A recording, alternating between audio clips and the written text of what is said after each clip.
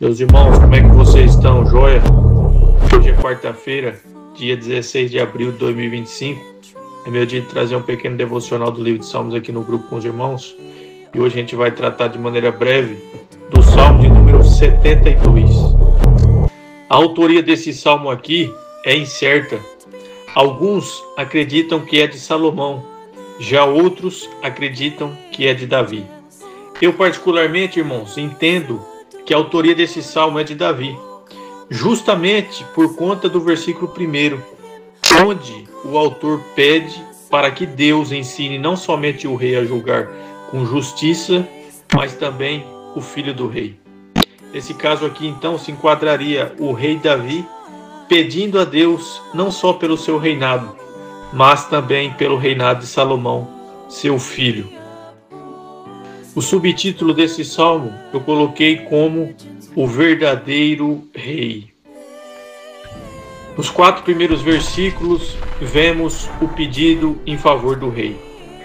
Irmãos, o autor desse salmo ora pedindo a Deus 4 coisas em favor do rei. A primeira coisa que ele pede é que Deus ensine o rei a julgar com justiça. O segundo pedido que ele faz é que os pobres sejam tratados com imparcialidade. O terceiro pedido é que o rei ajude os necessitados.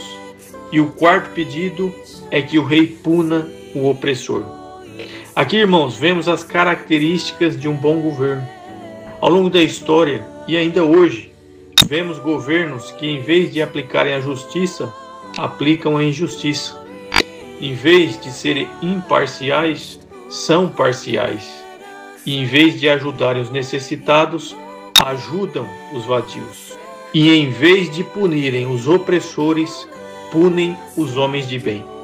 Todavia, irmãos, o autor desse salmo pede a Deus para que esse rei governe com justiça e retidão, ajudando os necessitados e punindo os maus.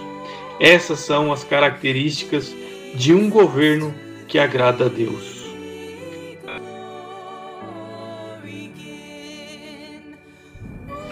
Dos versículos 5 ao 11, vemos a duração do reino e a submissão dos povos.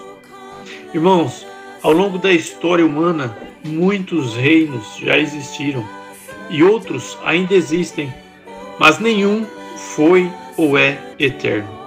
O reino da Pérsia caiu, o reino babilônico caiu, o reino do Império Romano caiu, e tantos outros que poderemos citar caíram.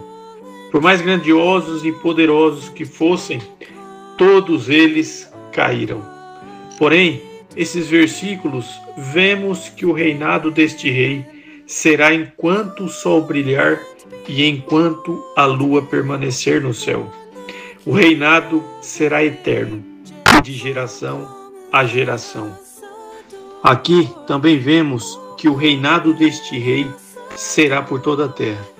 Irmãos, todos os reinos que já passou sobre esse mundo, todos eles, por mais grandiosos que fossem, nunca reinou ou reinaram sobre toda a terra. Sempre foi sobre uma pequena parcela, onde muitas vezes, através da guerra, eles tentavam expandir o seu território. Porém, meus irmãos, olha que interessante, o que vemos aqui é que esse rei não governará apenas sobre um pedaço de terra, mas o seu governo será sobre toda a terra. E por fim, vemos aqui nesses versículos esse rei recebendo adoração e submissão, e não somente de todas as nações, mas também de todos os reis. Nunca, meus irmãos, na história da humanidade, um rei governou para sempre. Governou sobre toda a terra e recebeu adoração e submissão de todas as nações.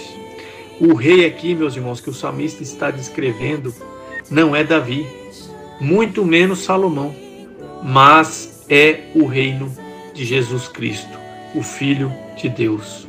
Conforme o anjo Gabriel disse a Maria, este será grande e será chamado Filho do Altíssimo. Deus, o Senhor, lhe dará o trono de Davi, seu pai. Ele reinará para todo sempre sobre a casa de Jacó, e o seu reinado não terá fim. E conforme Paulo nos diz em Filipenses capítulo 2, versículo 9 a 11, por isso Deus o exaltou à mais alta posição e lhe deu o nome que está acima de todo nome, para que ao nome de Jesus se dobre todo o joelho nos céus, na terra e debaixo da terra, e toda a língua confesse que Jesus Cristo é o Senhor, para a glória de Deus, o Pai. Dos versículos 12 ao 14, vemos o socorro dos pobres. Meus irmãos, esse rei não é indiferente aos necessitados. Este rei não explora os pobres. E esse rei não manipula os que precisam de auxílio. Mas o que ele faz é ajudar, socorrer e livrar os pobres da exploração e da violência. Aqui o autor não está se referindo às pessoas que querem viver às custas dos outros. Aqui o autor não está se referindo aos vadios que têm tempo para tudo, menos para trabalhar.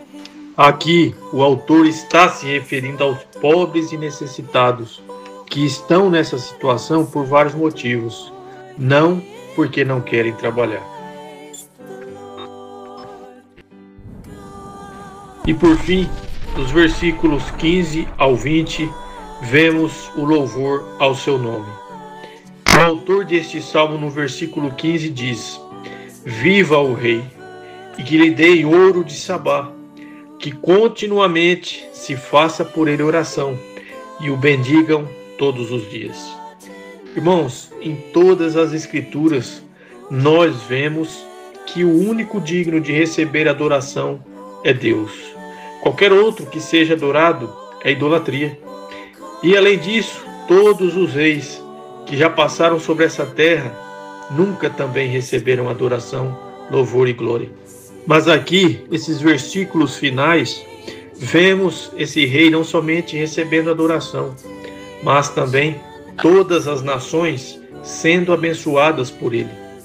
Como eu já disse, irmãos, no início desse salmo, esse rei não é Davi, não é Salomão e muito menos qualquer outro, mas é o Rei dos Reis, chamado Jesus Cristo.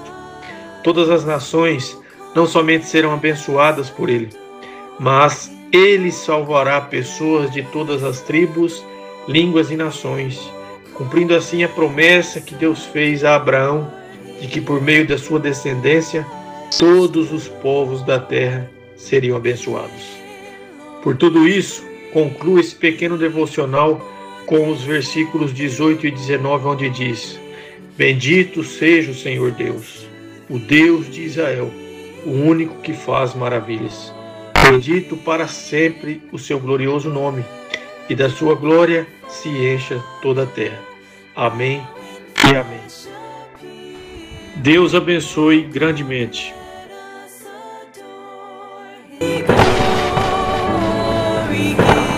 Se gostar, se inscreva em nosso canal. Deus abençoe.